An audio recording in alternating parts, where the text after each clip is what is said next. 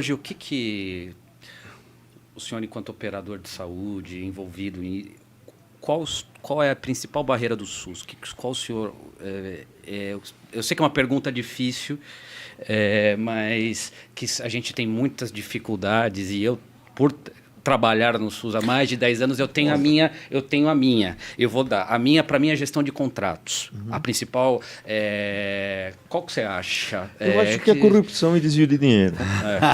E você? Eu ia perguntar para ele por que o SUS não tem home care, por exemplo. Olha, ele até tem alguma coisa parecida que é o Melhor em Casa. O Melhor em Casa é muito diferente do que a gente faz. Isso é em São Paulo? Isso é em São Paulo? Eu não sei. No Brasil inteiro. Brasil inteiro. Várias regiões. Só que é um programa que foi uma vitrine do governo Lula, na época, depois foi do governo Dilma. Ele começou bem intencionado, mas ele não é exatamente o que a gente faz. O que eles queriam importar é mais ou menos o que tem na França, na Espanha, que é ligado ao serviço público lá. Todo mundo tem alguma atenção, mas é muito diferente da complexidade do que a gente faz.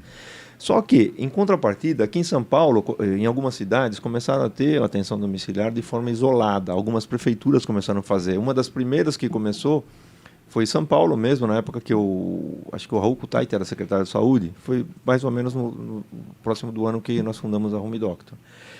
Mas eles estão tentando trazer um modelo europeu que não vingou, que é muito ambulatorial, é muito ambulatório em casa, e ele não funciona para algumas coisas. Você tem que deixar um paciente com muita necessidade, sem estrutura nem familiar, nem de residência, ser atendido muito de vez em quando pelo serviço público. Mas eu tive a oportunidade de participar, nós da Home Doctor tivemos essa oportunidade de participar do desenvolvimento de um dos planos que deu certo, que era o Prodom, em São Paulo, a Prefeitura de São Paulo. Ele aperfeiçoou, implantou o programa de atenção domiciliar, atendimento domiciliar da Prefeitura do Estado de São Paulo. Num primeiro momento, tentaram fazer terceirizado, onde a gente pudesse prestar o serviço da maneira que a gente presta no serviço público, privado para o serviço público.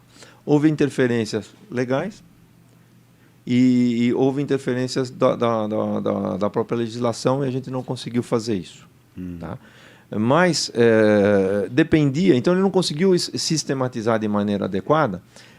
Eles chegaram a atender pacientes tão complexos quanto os nossos, por exemplo, pacientes com ventilação mecânica, pacientes mais complexos que precisavam ficar com alguma enfermagem em casa, tudo. Mas isso dependia do CRM que estava tocando. Sim, quem estava tomando a Ele assumiu uma responsabilidade que a legislação não dava a ele. A pessoa física dele, entendi. E o Estado não estava dando a cobertura, o serviço público não estava dando essa cobertura, então era irregular. Sim. Ele era mais complexo ou menos complexo a depender de quem estava tocando e de como a equipe estava arranjada. Veio o Melhor em Casa, através de Brasília, que queria simplificar até o que a gente fez. Queriam tirar várias coisas. Eles chamaram de internação domiciliar, o que não é internação domiciliar. Esse é o famoso PID?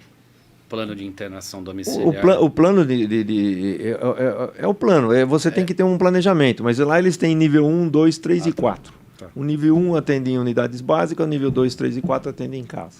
Hoje eles têm até a ventilação mecânica, mas de uma forma que, para mim, não funciona, porque você vai chegar para uma família, toma que o filho é teu. E você vai ter que treinar. Não dá para treinar do dia para a noite você lidar com um paciente em ventilação mecânica, não dá para lidar com dieta enteral, com alguns curativos, e em algumas circunstâncias você não tem nem capacidade de chegar rapidamente para um socorro nesse domicílio, que é desconexo. Quer dizer, é SAMU e atenção domiciliar. É diferente. Em regiões em que você não tem essa estrutura. Eu não acho que isso seja adequado. Tá? Mas está funcionando em algumas situações, em algumas cidades, mas não com gente em casa cuidando. É a própria família que tem que se virar de alguma maneira para cuidar, e é um ônus grande, porque essa pessoa, se ela trabalhava, não vai trabalhar mais fora, então é um rendimento menor para a família. Então, tem uma discrepância muito grande entre o que existe no público e no privado. Existe espaço para o sistema público?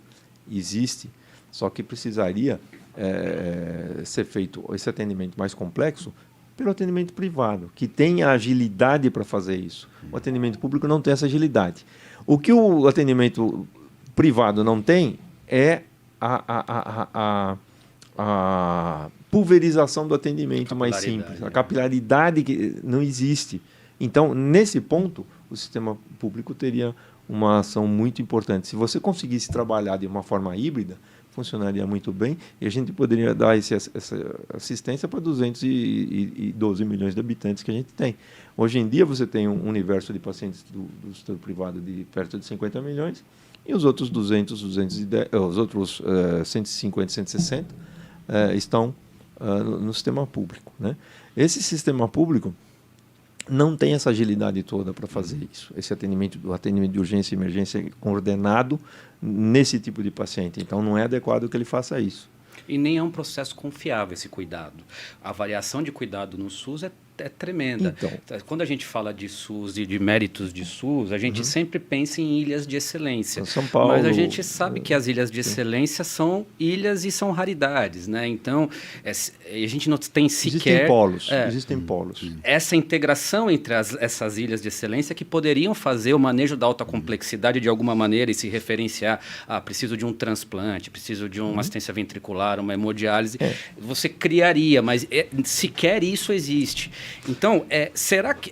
eu tenho uma dúvida disso, né, da viabilidade, porque essa variação de cuidado é muito grande. A agilidade do Estado ela não é grande. Na verdade, você tem protocolos fantásticos, você tem hospitais maravilhosos com equipes muito boas. Mas o incentivo é péssimo. A coordenação... O incentivo é péssimo. A execução do serviço muitas vezes deixa a desejar. Eu tive um primo meu que teve um câncer de rim.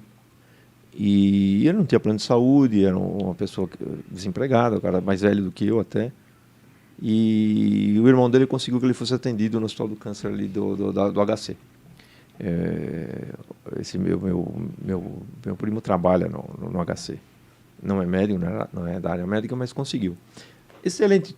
Todas as tecnologias mais modernas, mas a burocracia para você entrar, para você ser chamado, para você ser atendido, a equipe que atende não é a mesma que vai ter que cuidar lá dentro, e quando você volta, fala com um, fala com outro, a coisa vai tomando, volta daqui a 30 dias, mas é um câncer, precisa fazer a quimioterapia, precisa ver o resultado.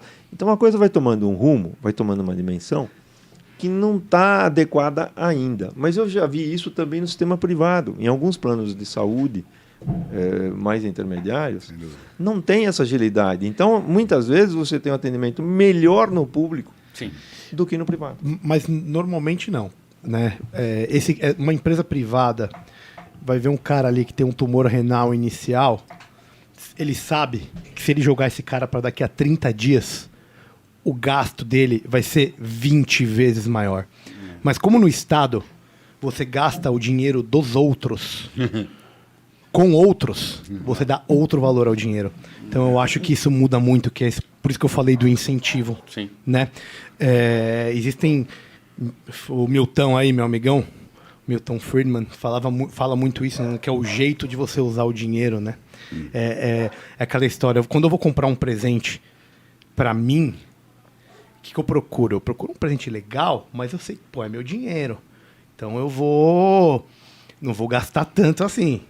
Vou comprar um presente para um... Ele fala, você é mais competente gastando o seu próprio dinheiro ou gastando dinheiro dos outros? Exatamente. Resposta, o seu próprio dinheiro. Seu próprio dinheiro. Você vai ser mais diligente com o seu próprio dinheiro. O Estado, você está gastando o Eu acho dinheiro que dos não, outros tem isso. com os outros. Mas eu vou te falar, eu acho que tão complexo tem isso. Tem a questão da indicação política, porque o SUS é um órgão político também, ele vem das prefeituras, ele não emana de uma inteligência de saúde, ele emana de uma prefeitura, ele vem da Secretaria de Saúde. É isso que eu estou querendo dizer. Então, são várias as ineficiências que o dinheiro é uma delas. Por isso que eu acho tem várias. Por isso que eu acho que a gestão de contrato, que é o que abriria a porta para o capital privado e estruturação. Eu acho que o Ari falou híbrido. Ele falou uma palavra que eu estava bem atento, ele falou híbrido. E a história que ele contou, quando pôde ser híbrido, e aí eu lembro, fazendo o link que o Magal falou do monopólio. E eu acho que o problema, Ari, se você puder complementar, mas existe um problema aí do monopólio e do híbrido, que seria desejável. Existe, porque você não tem a uniformidade, a homogeneidade no atendimento à saúde no público e nem no privado.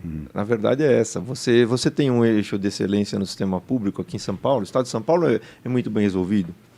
O Rio de Janeiro tem problemas.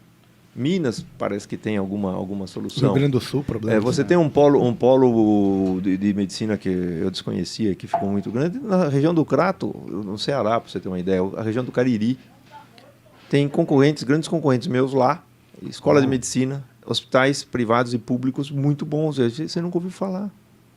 Curioso. Entendeu? Então, existe esse tipo de coisa.